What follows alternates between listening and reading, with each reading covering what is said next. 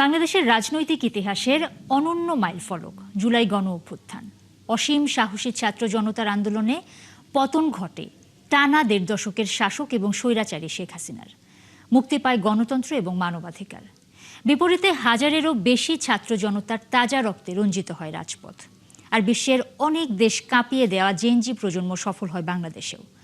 ২৪-এর তারুণ্য আর জনমানুষের সেই বীরত্ব গাঁথা তুলে ধরছেন সহকর্মী ভাস্কর ভাদুরী।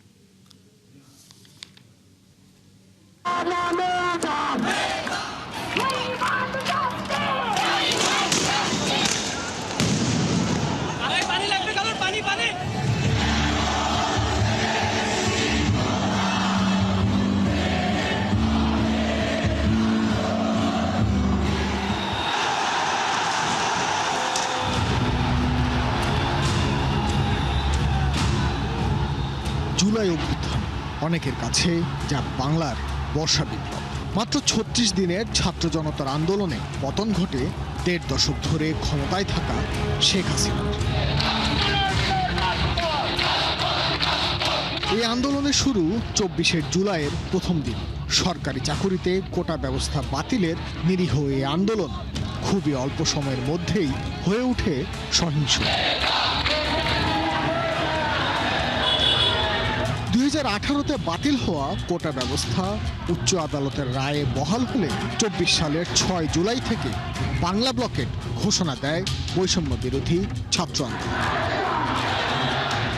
এক বাংলা ব্লকেটেই স্থবির হয়ে যায় পুরো রাজধানী, অচল হয় সড়ক মহাসড়ক। সব কয়টি সরকারি বিশ্ববিদ্যালয় শিক্ষার্থীদের আন্দোলনে উত্তাল হয়ে ওঠে। তাদের সাথে যোগ দেয় বেসরকারি বিশ্ববিদ্যালয়।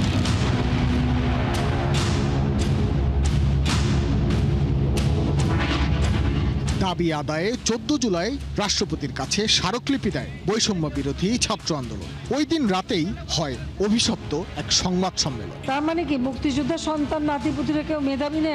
যত রাজাকারের বাচ্চারা নাতিপুতি হলো মেধাবী, তাই? শেখ হাসিনার এমন অপমানসূচক বক্তব্য যেন আগুনে ঘি ঢালে। মাঝরাতে ১.৫ দশকের মধ্যে প্রথমবারের মতো সরাসরি শেখ হাসিনার বিরুদ্ধে উত্তাল ঢেউ ওঠে ঢাকা বিশ্ববিদ্যালয়।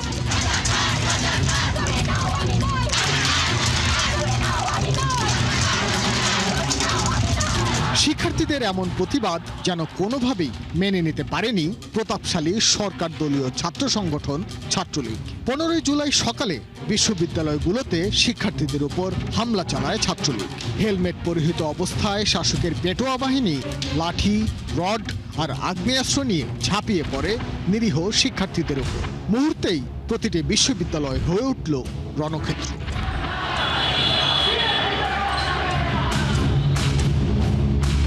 আন্দোলনের শুরু ও তীব্রতা রাজধানী কেন্দ্রিক হলেও শিক্ষার্থীদের রক্তে মাটি ভিজে যাবার প্রথম ঘটনা ১৬ জুলাই রংপুরে।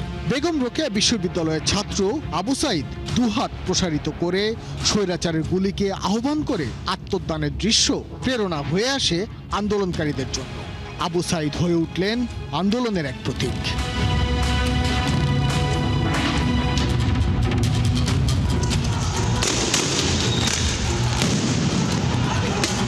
সারা দেশের সকল শিক্ষার্থী হয়ে ওঠেন আবু সাইদ।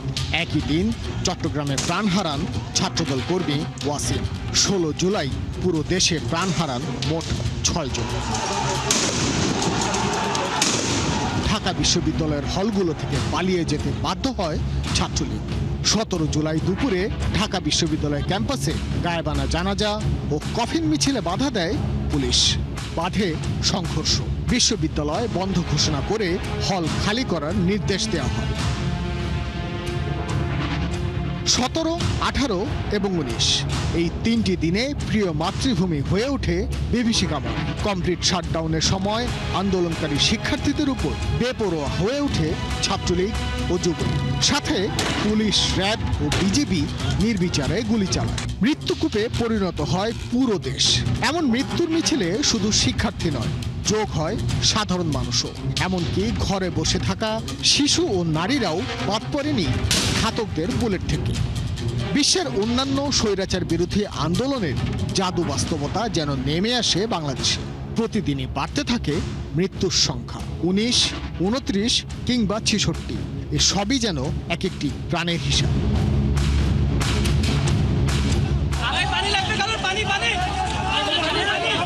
বুক চিতিয়ে বন্দুকের সাথে যুদ্ধ চালানোর পাশাপাশি ছাত্র সমাজ তুলে ধরে নতুন এক প্রতিবাদের রূপ। গলি থেকে রাজপথ, সড়ক থেকে মহাসড়ক, প্রতিটি কোণায় আঁকা হয় গ্রাফিতি, যার মধ্য দিয়ে স্বৈরাচারকে দেয়া হয় প্রতিবাদের বার্তা।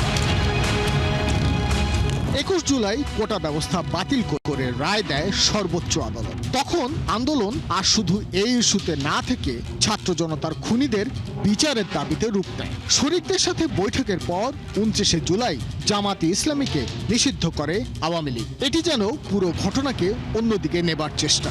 আর 30 জুলাই ঘোষণা করা হয় রাষ্ট্রীয় শোক। ছাত্র জনতা সেই ভণ্ড শোকের ঘোষণাকে প্রত্যাখ্যান করে নিজেদের ফেসবুক প্রোফাইল লাল রঙে রাঙিয়ে দেয়। টেকনাফ থেকে তেতুলিয়া গোটা দেশ যেন এক রক্তাক্ত ক্যানভাস। 33 জুলাই ঘোষণা আসে দ্রোহযাত্রা কর্মসূচি। ছাত্র, শিক্ষক, ব্যবসায়ী, সংস্কৃতি কর্মী থেকে শুরু করে সকল পর্যায়ের মানুষ যেন নেমে আসে রাজপথে। 34 জুলাই ছিল অসহযোগ আন্দোলনের প্রথম দিন। বাংলার আকাশে আবারও শুরু হয় রক্তক্ষয়ী সংঘর্ষ। এ যেন স্বৈরাচারের শেষ মরণ কাম্য। একদিনেই শতাধিক মানুষকে গুলি করে হত্যা করা হয়। কিন্তু জনতার চোখ থেকে ভয়ের শেষ বিন্দুটিও তখন উড়ে যায়। বুলেটের সামনে মানুষ বুক পেতে দিচ্ছিল আর গাইছিল মুক্তির গান। কোটি মানুষের আবেগকে শ্রদ্ধা জানিয়ে 34 জুলাই শহীদ মিনারে শুরু হয় জমায়েত। লক্ষ লক্ষ মানুষের জমায়েত জানান দেয় ফ্যাসিস্টের শাসন বাংলাদেশের মানুষ আর চাচ্ছে না।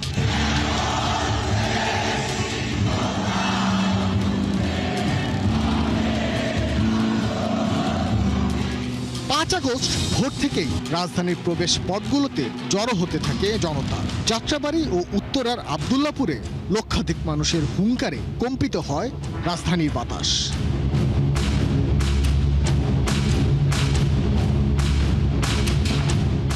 সকাল 11টার পর রাজধানীর প্রবেশ পথগুলো থেকে গণভবনের দিকে এগোতে থাকে লাখ লাখ মানুষ। এক পর্যায়ে পুরো বাংলাদেশে যেন যোগ দেয় এই মিছিলে। কোটি মানুষের এই হুঙ্কার মুহূর্তেই পৌঁছে যায় গণভবনে। প্রাণ বাঁচাতে ক্ষমতা ছেড়ে পালিয়ে যান স্বৈরাচারী শেখ হাসিনা। হাজারো মানুষের প্রাণের বিনিময়ে নতুন ইতিহাস রচিত হয় বাংলাদেশে। এটি সাধারণ ক্যালেন্ডারের কোনো দিন ছিল না। এই দিনটি ছিল দীর্ঘ অন্যায়ের অবসান ঘটিয়ে ছাত্র জনতার রক্ত কিনা চিরভাস্বর 36 জুলাই। ভাস্কর ভাদুরী, 71, ঢাকা। যে স্বপ্নের বাস্তবায়নের তাগিদে জুলাই গণ অভ্যুত্থান হয়েছে, সেই বাংলাদেশ গড়া এখনও সম্ভব হয়নি বলে মন্তব্য করেছেন বিরোধী দলীয় উপনেতা নাহিদ ইসলাম। জুলাই গণ অভ্যুত্থানের দ্বিতীয় বর্ষে রায়ের বাজারে গণকবর জিয়ারত শেষে এই মন্তব্য করেন তিনি। জুলাই গণহত্যার বিচার এবং সংস্কারের দাবিতে মাঠে থাকার হুঁশিয়ারি দেন এনসিপি এবং বৈষম্য বিরোধী আন্দোলনের অন্যতম এই নেতা। এর আগে এনসিপির আরেক নেতা আক্তার হোসেন বলেন, ভারত সরকারের সঙ্গে আলোচনা করে পলাতক সাবেক প্রধানমন্ত্রী শেখ হাসিনাকে দেশে ফিরিয়ে এনে দ্রুত রায় কার্যকর করতে হবে।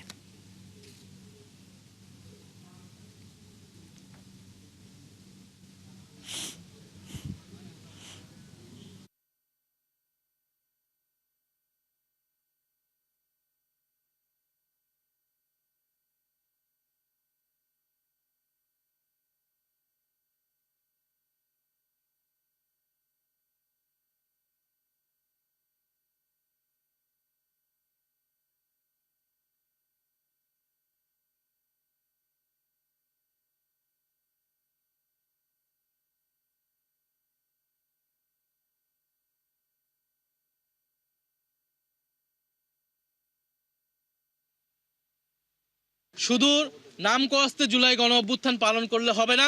জুলাই গণ অভ্যুত্থানের যে আকাঙ্ক্ষা, সংস্কার বাস্তবায়ন, গণভোটের রায় বাস্তবায়ন করে সরকারকে প্রমাণ করতে হবে সরকার জুলাই গণ অভ্যুত্থানের পক্ষে আছে, জুলাই গণ অভ্যুত্থানের সাথে আছে। এবং জুলাই গণ অভ্যুত্থান জাতীয় জাদুঘর, যেটা সেই জাদুঘর খুলে দেওয়া হচ্ছে না। 5ই আগস্টের মধ্যে জুলাই জাতীয় জাদুঘর খুলে দিতে হবে, না হলে জনগণ নিজেরাই সেই জাদুঘর কিন্তু খুলে নেবে এবং নিজেরাই সেই জাদুঘরে যাওয়ার ব্যবস্থা করবে। গণভোটের ম্যান্ডেট না মানার ফলে জাতীয় জীবনে নতুন রাজনৈতিক সংকট দেখা দিয়েছে বলে মন্তব্য করে বিরোধী দলীয় নেতা ডক্টর শফিকুর রহমান। দেশকে সঠিক পথে রাখতে সংস্কারই একমাত্র সমাধান বলেও তিনি বলেন।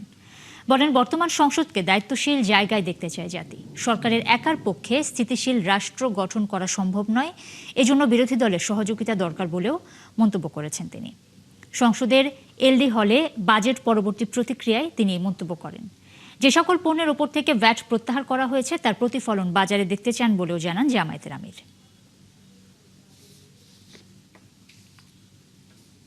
আরো দুইবারের জন্য কেয়ারটেকারের বিধান অতীতের ধারাবাহিকতায় এই বাজেটেও ঘাটতি আছে এবং ঋণ নিতে হবে।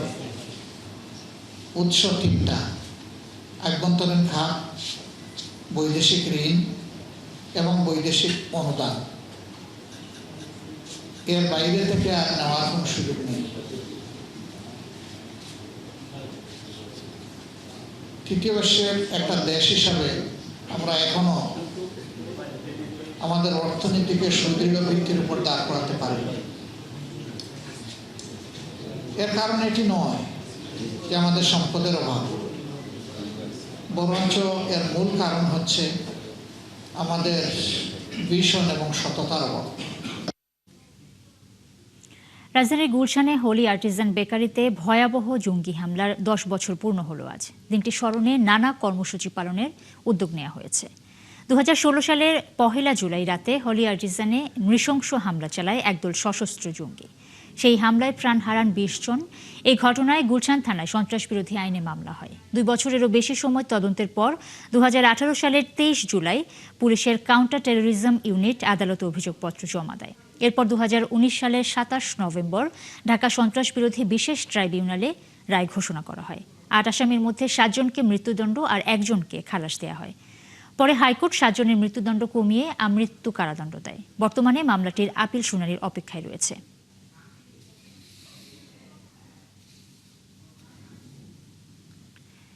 বিশ্বব্যাপী জঙ্গিবাদ দমনে বাংলাদেশ গুরুত্বপূর্ণ ভূমিকা রাখছে বলে মন্তব্য করেছেন পররাষ্ট্র প্রতিমন্ত্রী শামা ওবায়েদ। গুলশানে হোলি আর্টিজানে সন্ত্রাসী হামলায় নিহতদের স্মরণে ইতালির রাষ্ট্রদূতের বাসভবনে আয়োজিত স্মরণ সভায় এই কথা বলেন তিনি। বলেন, প্রতি বছর 1 জুলাই হোলি আর্টিজানে জঙ্গি হামলায় কালো অধ্যায় জাতিকে স্মরণ করিয়ে দেয়।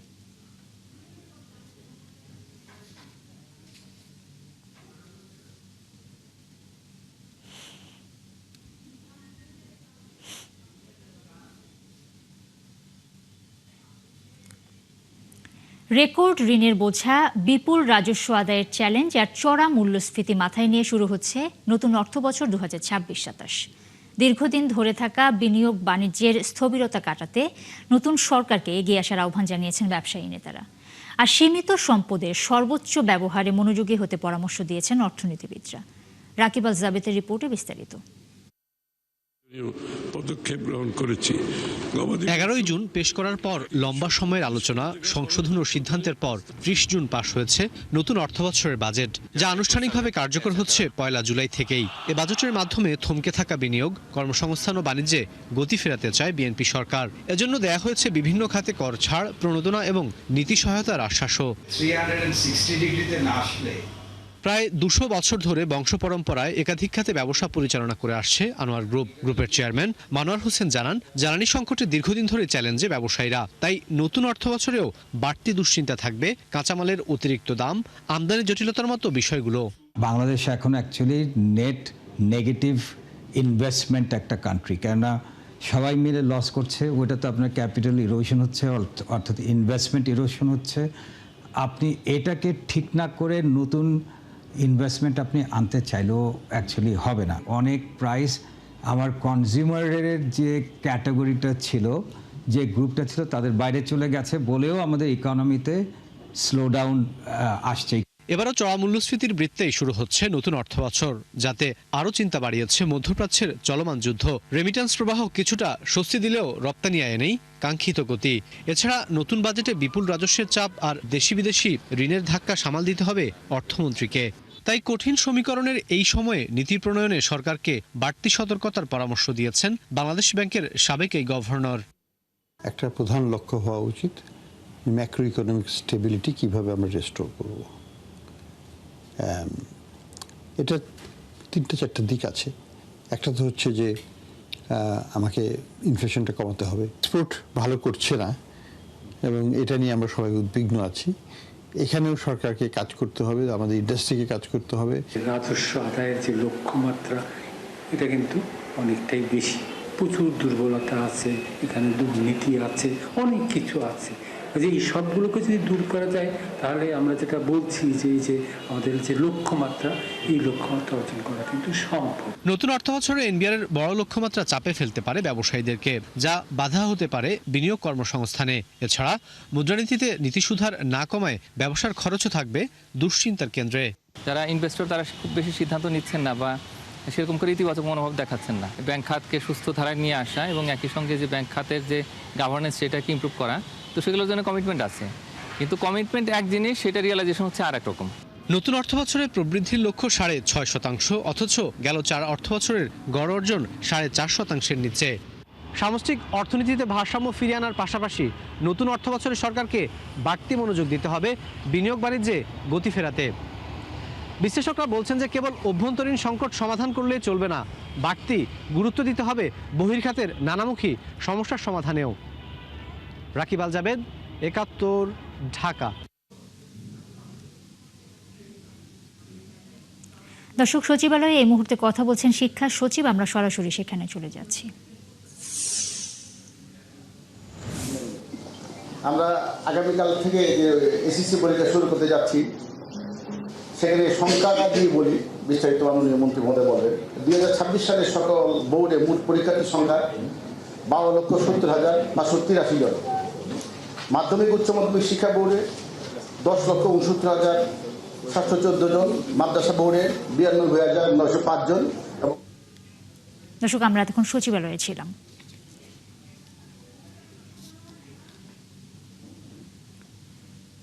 নগদ টাকার ব্যবহার কমিয়ে ক্যাশলেস বা ডিজিটাল অর্থনীতিতে রূপান্তরের চূড়ান্ত ধাপে বাংলাদেশ। এজন্য সারা দেশে বাধ্যতামূলক চালু হয়েছে সার্বজনীন আন্তঃলেনদেন ব্যবস্থা বাংলা কিউআর, যার সর্বোচ্চ খরচ 1111 টাকা। বাংলাদেশ ব্যাংকের প্রত্যাশা, এর ফলে আর্থিক লেনদেনে ঠেকানো যাবে প্রতারণা। ব্যাংকাররা বলছেন, বাংলা কিউআর এ যেমন স্বচ্ছতা আসবে, তেমনি কমবে দুর্নীতি, বাড়বে রাজস্ব। অনুপ অধিকারী তরুণ জানাচ্ছেন বিস্তারিত।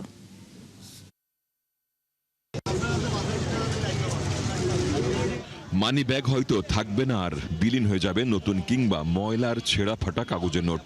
সবকিছুই হবে অতীত, কারণ একটি মাত্র কিউআর কোডের ছোঁয়ায় সেকেন্ডে হয়ে যাবে সব লেনদেন, যেটি বাংলা কিউআর।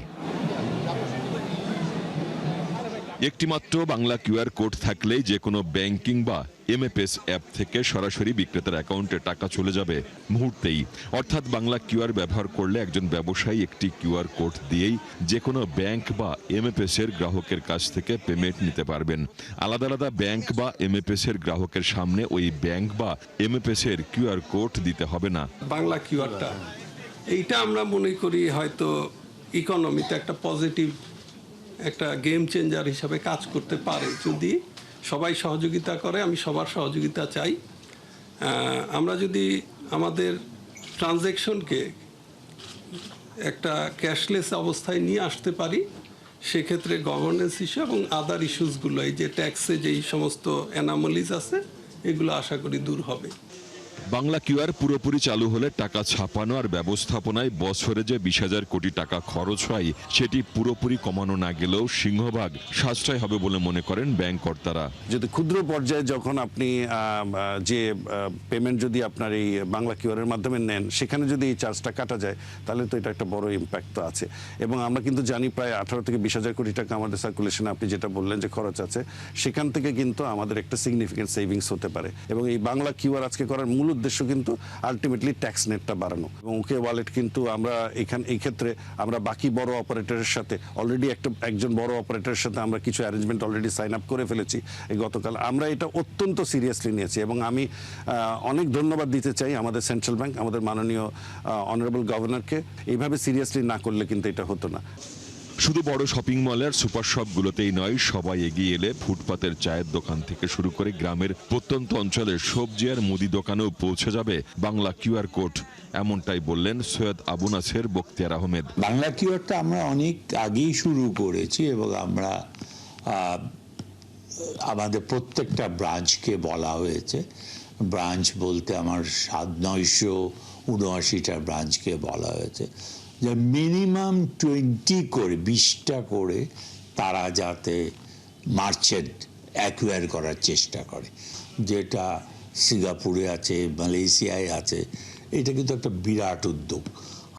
আমাদের খুচরা টাকা পয়সা লাগবে না, মুদিখানায় এতে ওতে কোনো জায়গায় এটা লাগতেছে না। একটা জিনিস আমি এখানে হাইলাইট করতে চাইব থ্রু ইয়োর 71 টিভির মারফতে, গ্রাহকরা যারা দেখছে, এটা কিন্তু কেয়ারফুল হতে হবে। এইটা সিকিউর যাতে থাকে সেই ব্যবস্থা নিতে হবে। গত 1 এপ্রিল সব ব্যাংক ও আর্থিক সেবা প্রদানকারীকে কেন্দ্রীয় ব্যাংক নির্দেশ দেয় 30 জুনের মধ্যে প্রতিটি ব্যবসায়িক স্থান থেকে নিজস্ব কিউআর কোড সরিয়ে সেখানে বাংলা কিউআর বসাতে। এই কাজে ব্যর্থ হলে সর্বোচ্চ 30 লাখ টাকা পর্যন্ত জরিমানার মুখে পড়তে হবে প্রতিষ্ঠানগুলোকে। অনুপ অধিকারী, তরুণ, 71, ঢাকা। 105 বছরে পদার্পণ করল প্রাচ্যের অক্সফোর্ড খ্যাত ঢাকা বিশ্ববিদ্যালয়। এবারের প্রতিপাদ্য গণতন্ত্র পুনরুদ্ধার এবং উচ্চশিক্ষায় ঢাকা বিশ্ববিদ্যালয়। দেশের সর্বোচ্চ এই বিদ্যাপীঠকে সামনে এগিয়ে নিতে দৃঢ় প্রতিজ্ঞাবদ্ধ প্রশাসন। পূর্ণাঙ্গ গবেষণাভিত্তিক বিশ্ববিদ্যালয়ে রূপান্তরে চলছে কাজ। বিস্তারিত জানাচ্ছেন রায়হান কবির। সবুজের সামনে লাল ইটের কার্জন হল, টিএসসি, ছাত্র রাজনীতির প্রাণকেন্দ্র, মধুর ক্যান্টিন, দেশের সকল গণতান্ত্রিক আন্দোলন ও লড়াই সংগ্রামের তীর্থস্থান ঢাকা বিশ্ববিদ্যালয়। 1 জুলাই প্রাণের এই বিশ্ববিদ্যালয়ের 105তম প্রতিষ্ঠাবার্ষিকী। গৌরবের 100 বছর পেরিয়ে আজও রাষ্ট্রের প্রান্তিলগ্নের দিক নির্দেশক ও শিক্ষার মডেল হিসেবে ঢাকার প্রাণকেন্দ্রে দাঁড়িয়ে বিদ্যাপীঠ। অপরাজেয় বাংলার দৃপ্ত অবয়ব, সন্ত্রাসীদের বিরুদ্ধে চোখ রাঙায় রাজু ভাস্কর্য। এটি কেবল একটি প্রতিষ্ঠান নয়, এর সাথে জড়িয়ে আছে বাঙালির আত্মপরিচয় ও বাংলাদেশের অস্তিত্বের স্পন্দন। 1971 সালের 1 জুলাই মাত্র 3টি অনুষদ, 12টি বিভাগ, 60 জন শিক্ষক, 877 জন শিক্ষার্থী ও 3টি হল নিয়ে যাত্রা শুরু করা এই বিশ্ববিদ্যালয়ে আজ 2000 শিক্ষক, 37,000-এরও বেশি শিক্ষার্থী। দেশ গড়তে অবিরাম কাজ করে যাচ্ছে প্রতিষ্ঠানটি। এই বিশ্ববিদ্যালয় নোবেল লরেট তৈরি করেছে, এই বিশ্ববিদ্যালয় অসংখ্য গুণীজনকে তৈরি করেছে, অসংখ্য দেশে বিদেশে ছড়িয়ে আছে। আমরা বিশ্ববিদ্যালয়কে সামনে এগিয়ে নিয়ে যাওয়ার অনেক চ্যালেঞ্জ আমাদের আছে, সেগুলোকে মোকাবেলা করে সেগুলোকে সাথে নিয়ে চলার চেষ্টা করছি। তবে এবছরের প্রতিপাদ্য যথার্থ হলেও উচ্চশিক্ষার মানদণ্ড পূরণে বেগ পেতে হবে বলে মনে করেন এই অধ্যাপক। বাংলাদেশের বিশ্ববিদ্যালয়গুলোতে বাজেটের একটি ঘাটতি আছে, ফলে দেখা যাচ্ছে যে রিসার্চে প্রকৃত অর্থে যেটুকু এফোর্ট দেওয়া দরকার সেই এফোর্টটি কিন্তু শিক্ষকরা বা বিশ্ববিদ্যালয় ছেড়ে দিতে পারে না। ফলে বিশ্ববিদ্যালয়ের র্যাঙ্কিংয়ে এই বিষয়টি একটি প্রতিবন্ধকতা হিসেবে দেখা যাচ্ছে। প্রতিষ্ঠার 105তম বার্ষিকী উপলক্ষে ক্যাম্পাসে আনন্দ শোভাযাত্রা সহ চলছে দিনব্যাপী বর্ণাঢ্য কর্মসূচি। শত সীমাবদ্ধতা সত্ত্বেও ঢাকা বিশ্ববিদ্যালয় এখনও লাখো তরুণের স্বপ্নের একটি ঠিকানা। এখানে ভর্তি হওয়া মানে শুধু একটি ডিগ্রি অর্জন নয়, ইতিহাসের অংশ হয়ে থাকা। এখানকার প্রতিটি ধূলিকণা এখনও সাহস, দৃঢ়তা এবং সংগ্রামের গল্প বলে যাচ্ছে। শুভ জন্মদিন ঢাকা বিশ্ববিদ্যালয়। রায়হান কবির, 71, ঢাকা। গৌরবের 105 বছর পেরিয়ে 106-এ পা রাখল প্রাচ্যের অক্সফোর্ড খ্যাত ঢাকা বিশ্ববিদ্যালয়। গণতন্ত্র পুনরুদ্ধার এবং উচ্চশিক্ষায় ঢাকা বিশ্ববিদ্যালয়ের প্রতিপাদ্যে এবার দিবসটি উদযাপিত হচ্ছে। সকাল 9:45টায় উপাচার্য ভবন সংলগ্ন স্মৃতি চিরন্তন চত্বর থেকে উপাচার্য অধ্যাপক ডক্টর ABM ওবায়দুল ইসলামের নেতৃত্বে বর্ণাঢ্য শোভাযাত্রা বের হয়। রায়হান কবিরের রিপোর্টে বিস্তারিত। সকাল 9:30টায় বর্ণাঢ্য শোভাযাত্রা আর শান্তির পায়রা উড়িয়ে শুরু হয় প্রতিষ্ঠাবার্ষিকীর আয়োজন। প্রাচীন এই প্রতিষ্ঠানের গৌরব ও ঐতিহ্যকে স্মরণ করতে সকাল থেকেই শিক্ষক শিক্ষার্থী কর্মকর্তা কর্মচারী ও সাবেক উপাচার্য অ্যালুমনাইদের অংশগ্রহণে ক্যাম্পাস জুড়ে এক উৎসবমুখর পরিবেশের সৃষ্টি হয়। এরপর কাটা হয় কেক। এতে বিশ্ববিদ্যালয়ের উপাচার্য ও শিক্ষক শিক্ষার্থী সহ আরও ছিলেন বিএনপির ভাইস চেয়ারম্যান শামসুজ্জামান দুদু এবং ইংরেজি বিভাগের এমিরেটাস অধ্যাপক সিরাজুল ইসলাম চৌধুরী। এরপর এক আলোচনা সভায় এমিরেটাস অধ্যাপক সিরাজুল ইসলাম চৌধুরী মূল প্রবন্ধ উপস্থাপন করেন। এতে বক্তারা বিশ্ববিদ্যালয় নিয়ে নিজেদের ভাবনা তুলে ধরেন, আশ্বাস দেন বিশ্ববিদ্যালয়কে এগিয়ে নিতে একসাথে কাজ করার। বড় একটি চ্যালেঞ্জ এখনো রয়ে গেছে, সেটি হলো মাতৃভাষার মাধ্যমে সকল স্তরে শিক্ষার ব্যবস্থাকে কার্যকর ও উন্নত করা।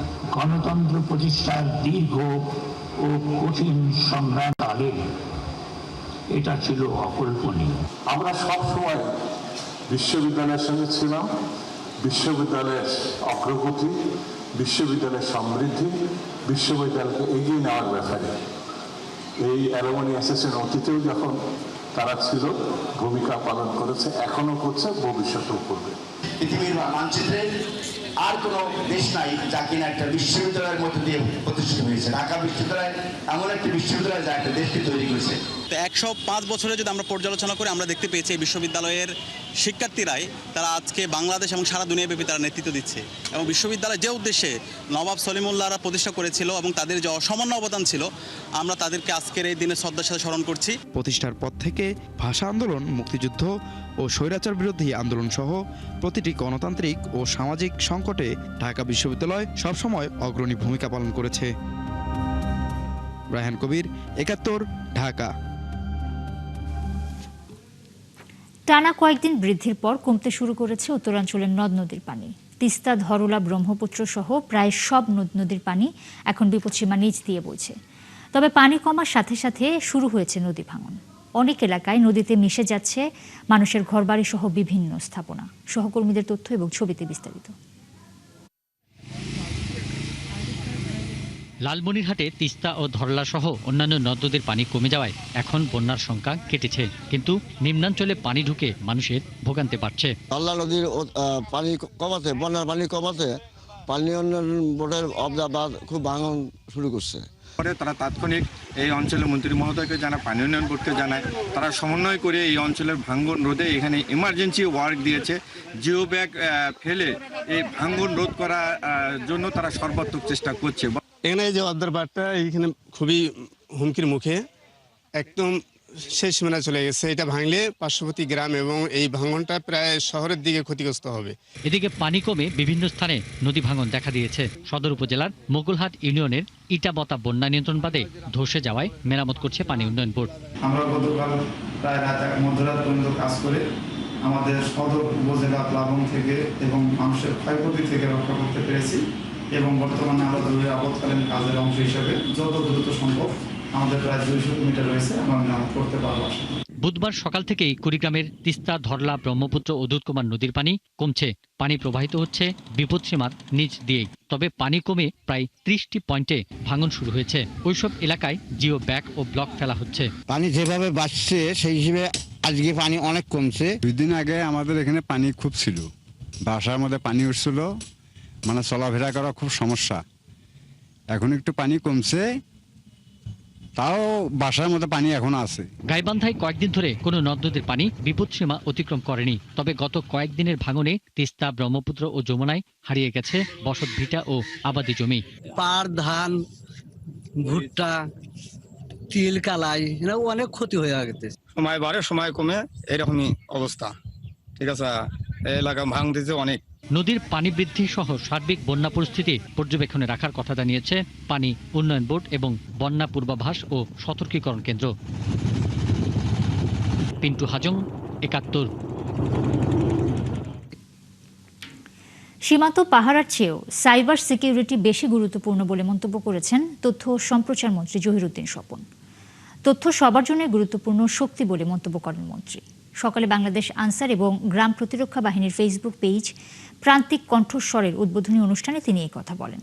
প্রচলিত ধারণা থেকে আনসার বাহিনীকে বের করে আনার চেষ্টার প্রশংসা করে মন্ত্রী আরও বলেন, প্রান্তিক কণ্ঠস্বরের আবির্ভাব গুজব প্রতিরোধ সহ সঠিক তথ্য প্রবাহকে নিশ্চিত করবে।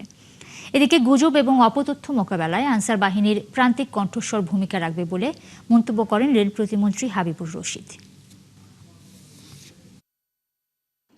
সমাজ, দেশ এবং রাষ্ট্রের কাজে লাগানোর জন্য আপনারা যেভাবে উদ্ভাবনী চিন্তা করেছেন এবং সেই চিন্তার প্রেক্ষিতে যে কর্ম পরিকল্পনা করেছেন এবং সেই কর্ম পরিকল্পনাকে বাস্তবায়ন করার জন্য আপনারা যেভাবে ডিজিটাল প্ল্যাটফর্মকে বেছে নিয়েছেন, অবশ্যই আপনাদের এই সৃষ্টিশীলতাকে প্রশংসা করা উচিত।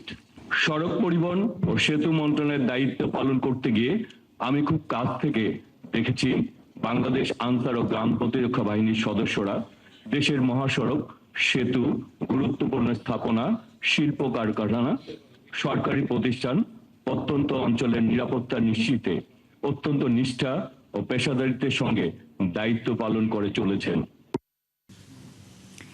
এইচএসসি ও আলিম পরীক্ষা শুরু হচ্ছে কাল। প্রথম দিনে দেশের 9টি সাধারণ শিক্ষা বোর্ডে বাংলা প্রথম পত্র পরীক্ষা অনুষ্ঠিত হবে। পরীক্ষায় সুষ্ঠু এবং শান্তিপূর্ণ পরিবেশ নিশ্চিতে রাজধানীর সব পরীক্ষা কেন্দ্রের 200 গজের মধ্যে জনসাধারণের প্রবেশ সম্পূর্ণরূপে নিষিদ্ধ করা হয়েছে।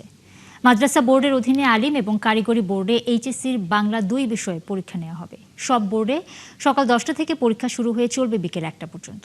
তবে পরীক্ষার্থীদের অবশ্যই 30 মিনিট আগে কেন্দ্রে প্রবেশ করতে হবে।